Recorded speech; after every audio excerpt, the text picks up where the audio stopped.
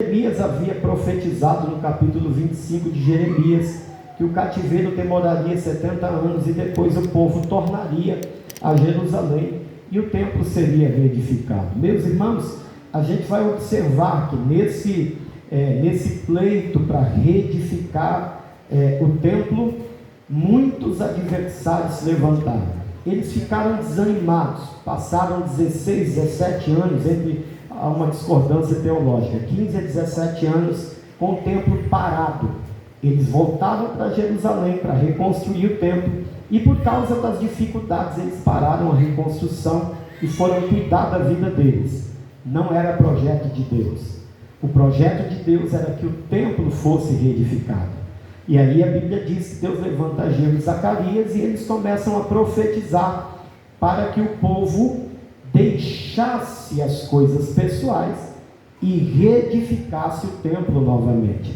A Bíblia vai nos dizer então que quando eles se encontram num terceiro período de um rei, porque Ciro havia morrido, Assuero ou Xerxes havia morrido e agora Dário assumiu. Quando Dário assume, um novo decreto é feito, porque Dário entende que o primeiro decreto de Ciro tinha que estar valendo. Então ele decreta, confirmando que o templo deveria ser reedificado. Aí a gente vai começar o capítulo 6, versículo 13, com a última etapa da reconstrução. A gente vai observar que no versículo 13, o decreto foi confirmado. E então, Tatenai, o governador, e alguns dos seus companheiros, eles fizeram com que aquele decreto pudesse ser cumprido. Deu-se a ordem, então, para que os anciãos e todos os judeus das tribos de Judá e Benjamim, que havia voltado, os 42 mil homens, pudessem voltar a trabalhar para reedificar o templo novamente. E no versículo 14 nós temos uma informação: os anciãos iam edificando e prosperando, segundo a profecia de Ageu e Zacarias. Isso me chama muito a atenção, porque aqui a Bíblia vai nos dizer que eles trabalhavam na reedificação e prosperavam, trabalhavam na reedificação do templo e Deus ia cuidando deles, trabalhavam na reconstrução do templo e coisas para a vida deles iam aparecendo, segundo as profecias de Ageu e Zacarias. Isso me chamou a atenção, irmãos. Louvado seja Deus, porque nós vivemos num mundo extremamente materialista e eu confesso a vocês que não é pecado você querer adquirir coisas. Louvado seja o Senhor. A gente só não pode mudar quando essas coisas acontecem. E o que é muito comum, eu costumo dizer que muitos de nós, Deus queria prosperar de forma gigantesca. E isso só não acontece, porque Ele sabe que se acontecer a gente muda, que se acontecer o nosso comportamento transforma, que se acontecer, irmãos, de eu comprar um carro novo do ano de 200 mil reais, ninguém entra nele mais.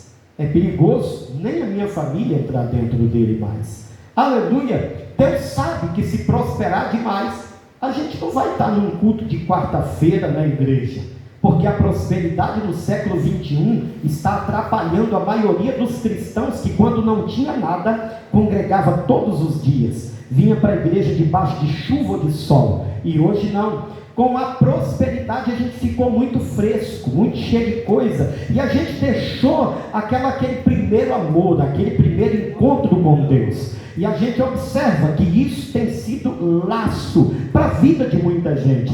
A prosperidade é bênção de Deus e ela enriquece, não traz sofrimento. Mas é muito bom a gente fazer uma analogia. Será que hoje, tendo o que você tem, você melhorou como crente ou piorou? Está orando mais ou está orando menos? Está congregando mais ou está congregando menos? Aleluia! É fato que muitos de nós não crescemos mais financeiramente, senão no domingo a gente não vai estar na escola dominical. Vim para quê, irmãos? Aleluia, vamos para a praia, vamos para a roça, vamos para o churrasco, vamos para um monte de lugar. A gente só não vai alicerçar a fé na EBD, na palavra de Deus. Por quê? Porque é chato, irmão, porque não é para qualquer um, porque é para quem tem propósito. O domingo que antes era do Senhor, agora não é do Senhor mais, agora é da mãe, agora é do pai, agora é dos filhos, porque os filhos dizem que ir para a igreja demais atrapalha. Aleluia, e com isso a gente vai caminhando a passos largos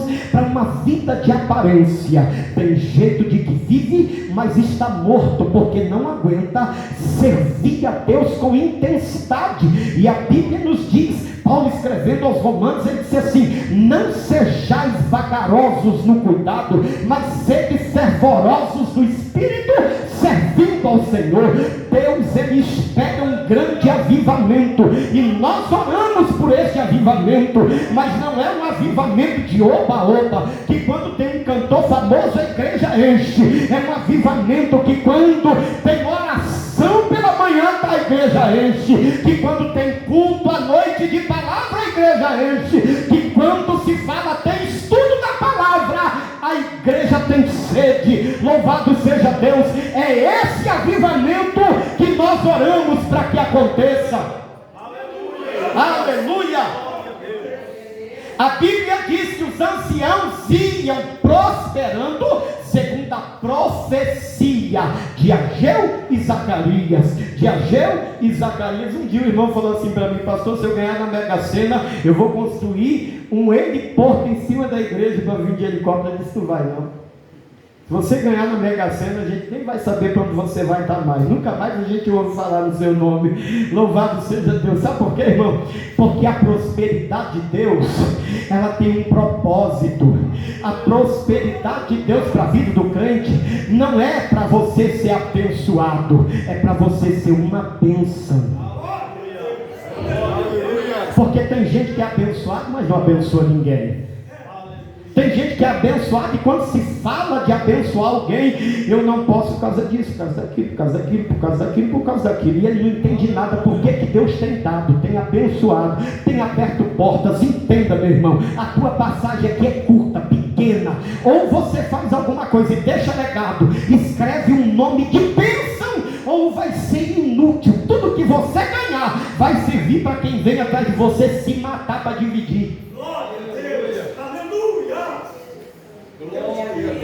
Aleluia. Tem alguém comigo? A Bíblia diz que na reconstrução eles reedificavam o templo e prosperavam, segundo a profecia, aquilo que vinha do alto. Louvado seja o Senhor. A reconstrução, no versículo 14, a gente ainda vai ter essa segunda informação, que na reconstrução ela seguiu um plano, sem quebra de cadeia de autoridade, com as bênçãos de Deus e das autoridades constituídas. No versículo 14 nós temos essa informação. A Bíblia diz que o céu se moveu para a reconstrução acontecer, mas Deus moveu o coração de Ciro, Assuero e Dário. As autoridades constituídas vieram e apoiaram a reconstrução. Você quer ver uma reconstrução para dar certo? Não quebre cadeias de autoridade. Se você quebrar cadeias de autoridade, vai dar errado. Aleluia. Como assim, pastor? Você quer ver uma coisa? Quando o jovenzinho começa a namorar escondido, porque o pai e a mãe não podem saber, ele já começa debaixo de maldição. Me desculpe aqui o termo, já começa lascado.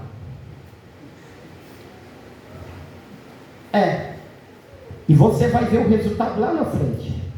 Está escrito na testa: lá vai alguém sem direção. Quer ver uma reconstrução dá errado? Reconstrução que quebra a cadeia de autoridade.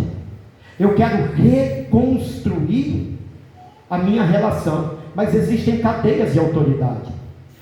Sabe por que é muito difícil hoje um líder de jovens liderar jovens? Porque eles já são muito autossuficientes, autoindependentes, e já vem assim de casa. Não é por causa do líder ou do pastor, é porque na casa dele quem manda é ele, não aceita ser mandado por ninguém. Ele diz eu vou ali, o pai e a mãe diz não, aí ele vai, o mais fraco convence o mais, um dos dois se convence o outro mais duro, e ele vai, e ele sabe, eu que mando.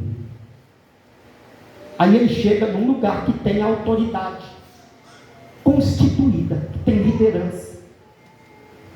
Sabe o que acontece? Ele não se submete, porque ele quebra a cadeia de autoridade. Hoje as crianças dizem quando tem que ir para a igreja ou não. Todos os pais que disseram assim, eu nunca forcei meus filhos a ir para a igreja, escuta, nenhum deles estão na igreja. Todos aqueles que disseram, nós vamos porque você não tem condições de decidir agora, eles foram agradecidos depois, porque na época da loucura, os pais souberam trazer para a presença de Deus. Aleluia! Entenda uma coisa, toda reconstrução que quebra a cadeia de autoridade, ela vai dar errado. A reconstrução daqueles dias seguiu um plano divino, e neste plano estava a reconstruir sem quebrar a cadeia de autoridade. Lembrando os irmãos que hoje é difícil, né? Eu lembro, minha mãe era boazinha, eu já falei isso para os irmãos, uma benção, mas a gente apanhava de fio de ferro. Ela cortou um fio de ferro e pendurou atrás da porta. Os psicólogos do século 21 ficam doidos com isso, né? A gente começava a brigar, eu e as minhas irmãs, nós éramos 8, 7 mulheres e eu de homem. Aí eu inventava de virar o bendito ou fruto entre as mulheres, e teve um dia que as minhas irmãs fechou as portas e disse, agora nós morre ele no pau. E eu apanhei de todas elas dentro de casa, porque era muita, não dava para fugir, eu era mais novo. A minha mãe não falava nada, ela só chegava perto da porta e fazia assim, ó. Passava a mão no fio de ferro. E era cada lapada, irmão, que onde batia ficava a tatuagem. Morreu ninguém. Eu e a minha casa servimos ao Senhor. E mamãe é amada por nós. Paixão louca por ela. Louvado seja o Senhor. Aleluia. As irmãs do círculo de oração, há 36 anos atrás, elas tinham numa mão uma espada e na outra uma correia. Quando batia de um lado, cortava do outro, irmão. E elas chamavam a atenção de qualquer crente. Se o pai achasse ruim, ela dizia, o problema é seu. Ou ele é crente ou ele não é. Aleluia. Hoje não pode falar nada. Nem o obreiro pode falar nada. Às vezes o obreiro diz assim, pastor, não dá para falar, porque o pessoal acha ruim. Ele pode falar e depois manda reclamar comigo. Aleluia. Sabe por quê, irmãos? Eu já falei isso e vou repetir. Filho que não respeita pai e mãe só respeita a borracha de polícia. Aleluia. Tem alguém comigo aqui ainda? Deus. Ou você faz valer a tua autoridade, ou vai dar errado a reconstrução. Ou você faz valer aquilo que Deus colocou sobre a sua vida, ou vai dar errado a reconstrução. Não dá para reconstruir quebrando cadeias de autoridade, aprenda isso. Cadeias de autoridade foram feitas para ser obedecidas, e é isso que é a vontade de Deus. O versículo 14 do capítulo 6 de Esdras nos mostra que eles seguiram um plano de reconstrução, e nesse plano está debaixo da bênção de Deus e das bênçãos das autoridades. Todas as pessoas que receberam isso da parte do Senhor tem que fazê-lo e fazê-lo com alegria, e não deixar com que isso se quebre. Toda vez que você quebra uma cadeia de autoridade, você quebra um projeto de reconstrução que tinha tudo para dar certo. Aleluia. Pastor, mas às vezes não é fácil mesmo não, irmão. Os irmãos aqui sabem, eu tive um pai que batia na minha mãe, semana sim, semana não, quando eu era pequeno. Eu tinha um monte de mulher na rua. Era difícil ver minha mãe tomando um couro e sem poder fazer nada, porque eu era pequeno. A minha irmã mais velha atracou com ele várias vezes na unha, porque ela tinha 14 para 15 anos, e eu era menino. Isso era ruim, horrível. Cresci abominando meu pai. Eu cresci tendo um sentimento dos piores por ele. Só que um dia Jesus me achou. E quando Jesus me achou, eu entendi o princípio da honra. E eu comecei a orar para Jesus salvar ele. Eu dizia: Jesus, salva. Não é por causa do meu amor por ele, não. Eu não sinto nada por ele. É porque ele é uma alma e ele precisa de salvação. Salva aquela vida. Passamos 20 anos orando por ele. Quando eu estava aqui, ele adoeceu e ninguém sabia que ele tinha câncer. Morreu com 59 anos. Nem ele sabia que tinha câncer. A gente foi, me recebi uma ligação, peguei a minha esposa e a gente foi para Santos. Ele estava internado em Santos, nem no CTI ele foi, porque ele ficou num quarto em coma, já esperando para morrer. Chamaram os filhos. Eu peguei algumas irmãs minhas em São Paulo, botei no carro e fomos para Santos. Quando eu cheguei lá, ele estava em coma, dentro de um quarto, e a gente orou por ele dentro do hospital. E eu disse: Jesus, nós oramos 20 anos para ele se salvar. Tem misericórdia, deixa essa vida ir para o inferno, não. Aleluia! E ele voltou do coma, endemoniado, botava a língua para fora, os olhos dele ficavam desse tamanho e ele gritava. O médico achou já um absurdo ele ter voltado do coma, porque ele estava para morrer. Eu coloquei as mulheres que ele tinha umas 3 ou 4 lá, que ele tinha muita mulher e elas todas aceitavam isso. Eu coloquei todo mundo para fora do quarto e disse: desapega, sai todo mundo, porque eu vou orar por ele. Botei a mão na cabeça dele: Satanás, tu vai sair da vida dele, porque ele não aceitou o Senhor Jesus, e ele só voltou do coma porque eu tenho que ter uma conversa com ele. Ele dormiu, depois de algumas horas ele voltou de novo, acordou, e quando ele acordou ele estava bem. Chamaram a gente, eu entrei no quarto, e ele disse para mim: meu rei, você veio me ver? Eu disse: vim, pai, eu tenho um assunto sério para conversar com o senhor. E eu comecei a pregar para ele. Ele disse: o senhor lembra todas as vezes que bateu na minha mãe? Eu fui cavocando a ferida dele. Ele começou a chorar. E eu disse: o senhor se arrepende dos seus pecados? Todas as vezes que o senhor saiu com as suas mulheres, que a gente ficou em casa que não tinha farinha com água para comer, eu tinha que dividir a marmita do cachorro da minha avó, colocava comida lá e eu dizia para o cachorro: se encostar e eu morro você no cacete, que isso aí é meu. Eu tinha que dividir o coxo com o cachorro. O senhor lembra disso? Se arrepende dos seus pecados? Porque tem um passaporte aí na sua mão, o senhor vai escolher para onde quer ir. Jesus pode lhe salvar aqui e agora. Ele disse: eu quero aceitar Jesus, meu filho, porque eu ainda vou lá na sua igreja. Ele disse: não vai não, o senhor não vai sair daí. Tem um problema sério, o senhor não vai sair daí. Quer aceitar Jesus? Ele disse: quero.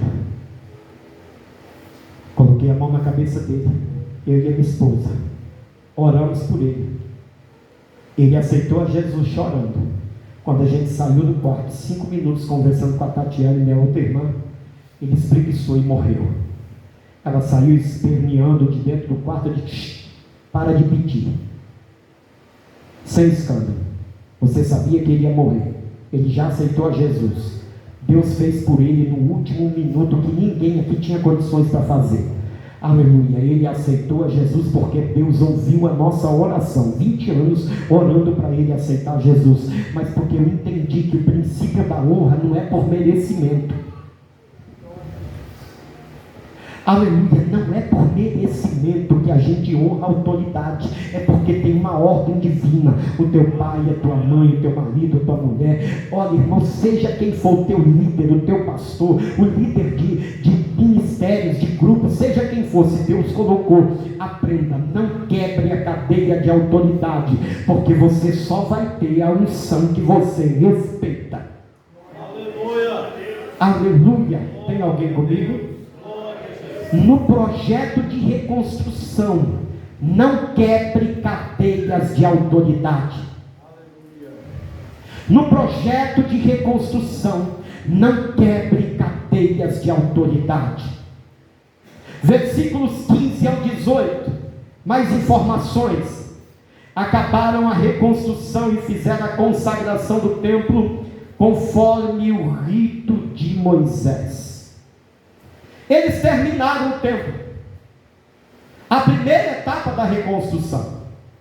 Eles terminaram. E agora é um momento de celebração. No versículo 19 ao versículo 21, eles celebram a primeira Páscoa. Depois do cativeiro babilônico, a primeira Páscoa é celebrada. Essa Páscoa, essa festa, era uma festa que os irmãos vão lembrar. Comemorava a saída deles do Egito. Quando Deus mandou eles matar um cordeiro, preparar ervas amargas, pães sem fermento e vinho. E o sangue do animal eles tinham que aspergir sobre os umbrais do templo, da casa, porque um anjo ia passar e ia ferir todos os egípcios, e só onde tinha sangue o anjo não feriria. Aquilo foi o princípio, o começo desta celebração. E eles celebraram a Páscoa. Os judeus eles tinham pelo menos 7 grandes festas que eles comemoravam. A primeira delas era a Páscoa, a segunda os pães asmos, a terceira primícias, depois Pentecostes, trombetas, expiação e cabanas. Quando eles começaram a celebração da Páscoa, em seguida eles já fizeram a festa dos pães asmos. Eram 7 dias de festa. Aleluia, pães asmos, porque naqueles dias tudo que se associava ao fermento era um tipo de pecado. O fermento para o judeu tinha uma simbologia muito forte com o pecado. E aí de vez em quando, em algumas festas, era ordenado por Deus que nada entrasse dentro das casas que contesse fermento. E a Bíblia vai nos dizer que eles então, depois de reedificar o templo, eles celebram a primeira Páscoa. Eles entram nas festas dos pães asmos, louvado seja Deus. E em seguida, a Bíblia vai nos dizer que depois de 7 dias de festa, acaba a festa e a primeira etapa da reconstrução, ela se encerra. E aí, a gente tem aqui algumas lições dessa primeira etapa. A reconstrução era um projeto de Deus, que eles não podiam parar. Eles estavam terminando só uma etapa. Ainda aconteceria a segunda etapa, do capítulo 7 em diante, e a terceira etapa do livro de Neemias. Então escuta, toda vez que você projetar reconstruir, não guarde a espada. Como assim, pastor? Não acabou a reconstrução. Tem gente que começa a reconstruir, e quando as coisas de início começam a dar certo, ele paralisa e volta lá atrás de novo. Quer ver? Vou dar um exemplo. Tem crente que começa a reconstruir a área financeira. Ele está todo endividado. Ele sabe que crente não pode ficar devendo nada para ninguém. A Bíblia ensina isso. Crente não pode dever nada para ninguém, a não ser o amor com que Cristo nos amou. A Bíblia ensina isso. Crente não pode ser caloteiro, comprar e não pagar. Crente não pode. Isso é coisa de crente. Não pode. Aí você está trabalhando, se enfia em dívida, descontrola financeiramente, mas sabe que não pode ficar devendo, e faz um projeto. Eu vou pagar tudo. Aí começa. Às vezes divide em suaves prestações de 300 vezes, sei lá, mas aí começa. Aí chega na última prestação, vai lá e paga. Oh glória, tirou um peso das costas, não devo nada para ninguém. Glória a Deus, estou livre das dívidas. Aleluia, agora dá para projetar mais alguma coisa. Só que aí, ele passa no centro, na frente da Casas Bahia. Aí ele diz assim, estou devendo nada, né? Deu um trabalhão para reconstruir a vida financeira. No dia que ele se vê livre das dívidas, ele passa na frente da loja e diz assim, quer saber? Acho que eu vou comprar de novo.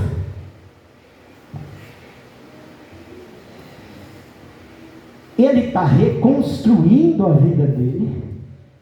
Quando as coisas estão chegando no prumo, ele para e volta lá para trás de novo. Não consegue projetar nada para o futuro, não dá para programar nada novo, não consegue administrar absolutamente nada, nem os seus próprios desejos. E o negócio está tão feio que tem uma corrente aí, irmãos, que tem irmãs que quer ver ela ficar livre da depressão, irmão, é quando ela ganha um presente. Tem mulher que está triste, irmão, dá um presente para ela, ela fica alegre. Parece que libera uma endorfina no cérebro e aquilo gera um prazer no corpo. Ele até esquece, né? Aí o marido, às vezes, irmão, para fazer graça, vai lá e cede. Aí quando chega no mês seguinte, algumas coisas tem que cortar. Aí volta a guerra tudo de novo. A mulher olha e diz assim, mas por que tu está cortando? Ele diz, porque o mês passado eu te dei um presente e agora eu tenho que pagar ele. A reconstrução, ela segue um projeto. Deus, Ele te dá condições, Ele abre portas, Ele prospera para a gente reconstruir a nossa vida, mas muitas vezes falta inteligência emocional. Aleluia, a gente é guiado por desejos desenfreados, vê as pessoas tendo na internet e quer ter também, vê as pessoas ostentando na internet e quer ostentar também. Aleluia. Ganha 2.000 por mês, irmão, e aí vai comprar um celular de 10.000. Os afilhados do Lula roubar para tomar uma cervejinha.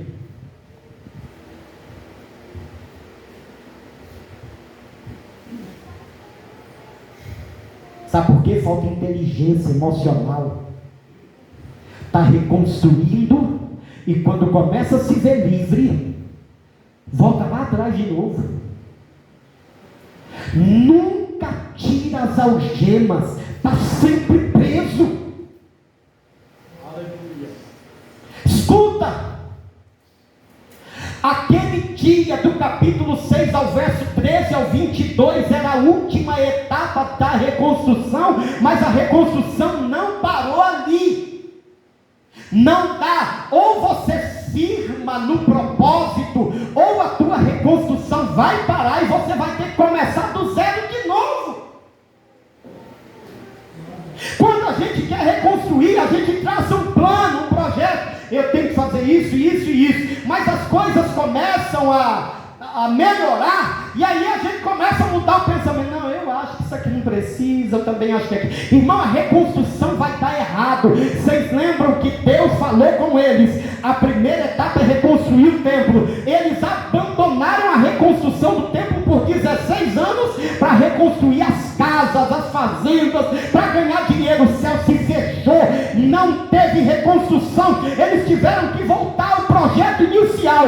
Se é para começar pelo templo, é pelo templo, não dá para fugir disso. Ou recomeça reconstruindo o altar que te liga ao céu, ou a reconstrução vai dar errado. Glória a Deus. Glória a Deus. Aleluia. Escuta, foi só a primeira etapa da reconstrução. Nós vamos encerrar essa primeira etapa aqui hoje, mas é só a primeira. A guerra continua, porque reconstruir não é fácil, dá trabalho, tem que ter propósito, não pode mudar o foco. Aleluia. Quer ver um outro exemplo? A gente começa a perder peso.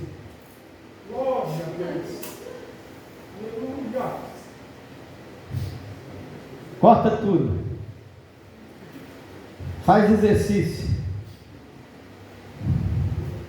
se abstém de muita coisa.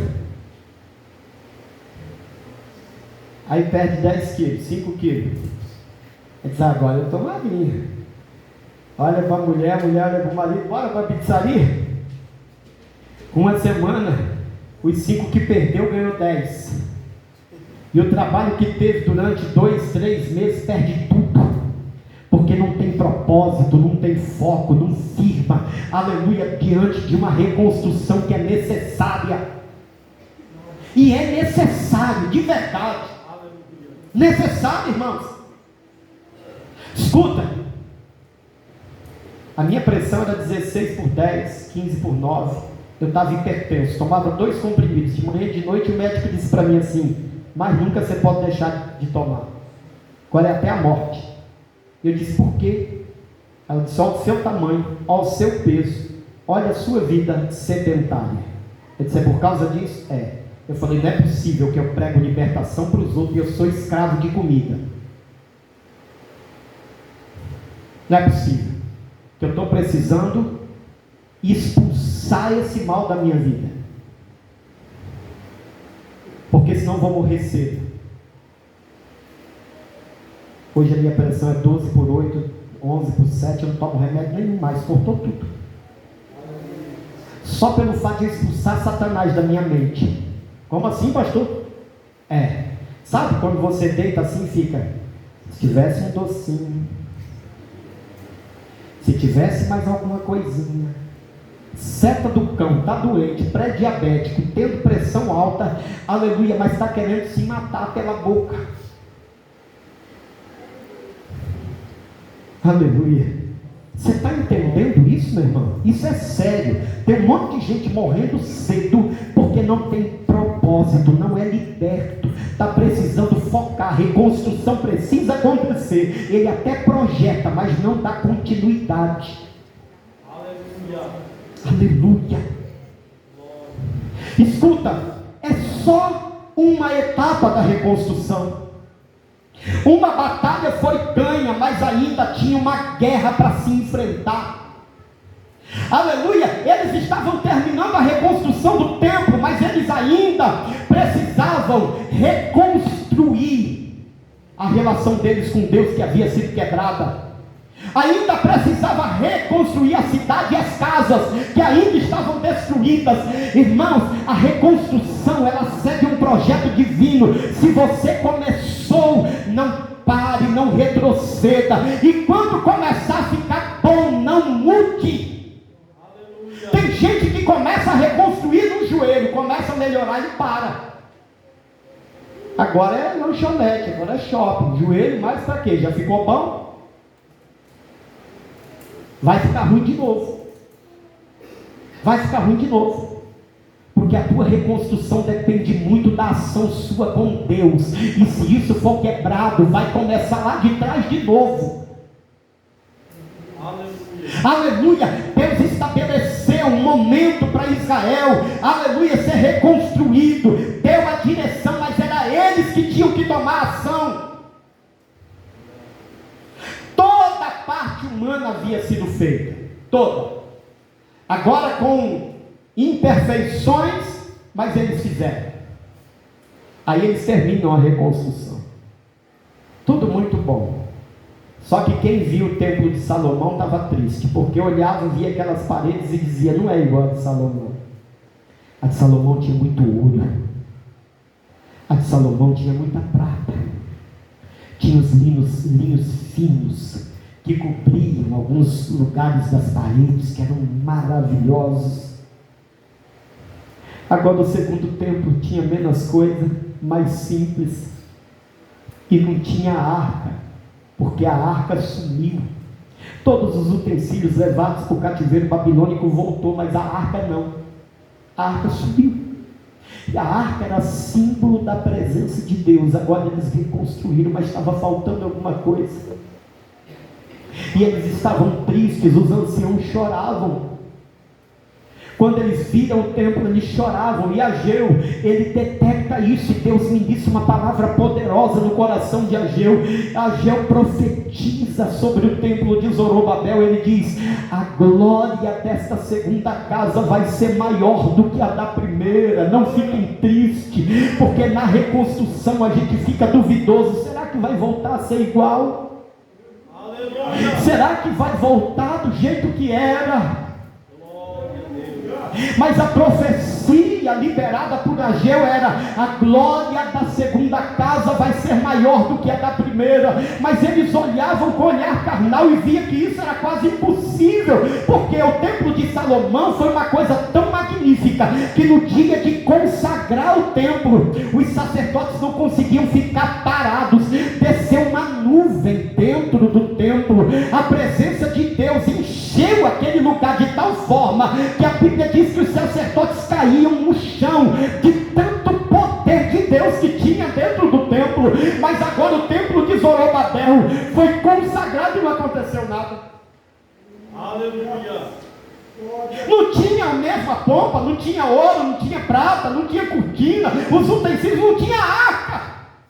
Eles olhavam e ficavam tristes: nunca mais vai ser igual. Aí o profeta diz: a glória da segunda casa vai ser maior do que a da primeira. O templo de Salomão durou pouco. Quando foi destruído, 8 anos depois começou a reconstrução. O templo de Zorobabel, o segundo templo feito no mesmo lugar, aleluia, durou 500 anos. E Paulo diz assim: vindo a plenitude dos tempos, Deus enviou o seu filho nascido de mulher. Aleluia. E tinha um casal de velhinho na igreja que não perdia um culto de oração: Zacarias e Ana. Eles eram aquele senhorinho de oração. E o Espírito Santo tinha dito para eles assim: vocês não vão morrer sem ver o Yeshua, o Messias aguardado. E eles aguardavam, e um dia eles foram para o templo orar. Eles estão saindo do templo. Quando chega nas escadarias, vem uma mulher com uma criança no colo. E quando essa mulher vem se aproximando das escadarias, Ana olha e o Espírito de Deus enche ela até transbordar. Aleluia. E Deus fala com ela: prepara, porque agora você vai estar diante do Salvador da humanidade. A Bíblia diz que no deserto um coral de anjos já estava cantando e os pastores celebrando. Lá no Oriente, 3 magos já preparavam os presentes: ouro, incenso e mirra, porque ele seria rei, sacerdote e profeta, e vinha na direção da estrela. É o Messias, ele nasceu. Aleluia. E quando a Maria vem se aproximando do menino no dia da consagração dele, e vem se aproximando das escadarias, Ana, cheia do Espírito Santo, ela diz: agora descansa minha alma, porque os meus olhos viram o Salvador. Aleluia. E quando Maria entra com Jesus no templo, se cumpre a profecia de Ageu: a glória da segunda casa vai ser maior do que a da primeira. A da primeira tinha a arca, da segunda tem literalmente o Filho de Deus. A primeira tinha ouro, na segunda tinha o dono da prata e do ouro. A primeira tinha utensílios, a segunda tinha aquele que João profetiza: o Verbo se fez carne e habitou entre nós, e vimos a sua glória, como a glória do unigênito do Pai, cheio de graça e de verdade. Na reconstrução, o segundo estado é promessa, é melhor do que a do primeiro. Pode não ter a pompa, pode não ter aparência, mas vai ter presença. E aonde tem presença, tem solução, tem providência, tem segurança. Aleluia. Aonde tem presença, porque o que faltou no primeiro, o que faltou no primeiro estado foi presença. E a promessa é: eu vou estar lá. Eu quero ver dar errado, eu vou estar lá. Eu quero ver dar errado. Fique de pé, por gentileza. Oh, glória a Deus. Lembra do primeiro milagre de Jesus? Água transformada em vinho. Lembra o que o mestre Sala disse daquele casamento? Esse casamento eu preciso falar algo aqui muito importante. Todos os casamentos que eu fui, o melhor vinho se serve primeiro. Depois que está todo mundo embriagado, serve o outro ruim, que ninguém vai perceber. E esse casamento foi diferente. O melhor vinho veio depois. Porque é assim o lugar que Jesus está. O lugar que Jesus está, o melhor ainda está para acontecer. Na reconstrução é assim. E eu quero profetizar para você que está reconstruindo, em nome de Jesus, o segundo estado será melhor do que o do primeiro, porque é uma promessa divina. No primeiro tinha muita coisa externa e não fluiu. No segundo teve a presença. A presença trouxe segurança, a presença trouxe providência, a presença, irmãos, fez com que, aleluia, o templo não fosse destruído até o dia determinado. Aleluia. Então entenda, não pare de reconstruir, atrai a presença para a tua reconstrução. Não busque recurso terreno nem humano, busque o recurso do céu. Feche os teus olhos. Deixa eu orar com você. Deus, em nome de Jesus, abençoe esse irmão, essa irmã que está num trabalho tremendo de reconstrução. Meu Deus, neste trabalho muitas vezes teve desânimo, teve perseguição, teve acusação.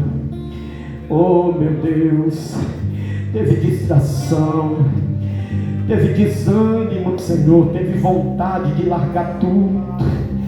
Senhor, neste cenário de reconstrução, Pai, teve decepções, meu Deus, mas também neste cenário de reconstrução, aleluia, tem promessa. Neste cenário de reconstrução tem providência, tem renovo, tem segurança, Deus. Agora, Senhor, nós queremos ministrar sobre a tua igreja, que a reconstrução não cesse, meu Deus, que a reconstrução não pare, seja qual for a área que os teus filhos estão reconstruindo, move os céus, envia recursos, da firmeza e fortaleza nos corações, a estratégia certa para alcançar o alvo. Não deixa perder o foco, olhar para a direita nem para a esquerda, Senhor. Ah, meu Deus, porque reconstruir é um projeto teu. Por isso nós queremos ministrar e profetizar sobre a tua igreja. A reconstrução não vai parar, a reconstrução não vai parar, a reconstrução não vai parar. E eu profetizo queda de todos os inimigos, eu profetizo que todas as correntes caiam por terra, que todas as algemas sejam quebradas. Eu profetizo em nome do Senhor Jesus que toda ferramenta preparada caia por terra, em nome de Jesus. Meu Deus, abençoa o teu povo de forma poderosa, em nome do Senhor Jesus. Balança esse crente e diga para ele: não vai parar a reconstrução, foi só a primeira etapa, é só o começo, não vai parar a reconstrução. Levante a sua mão assim, que a graça de nosso Senhor e Salvador Jesus Cristo, o grande amor de Deus, o nosso Pai, a comunhão e a consolação do Espírito Santo esteja com todos, não só hoje, mas para todos sempre. Amém.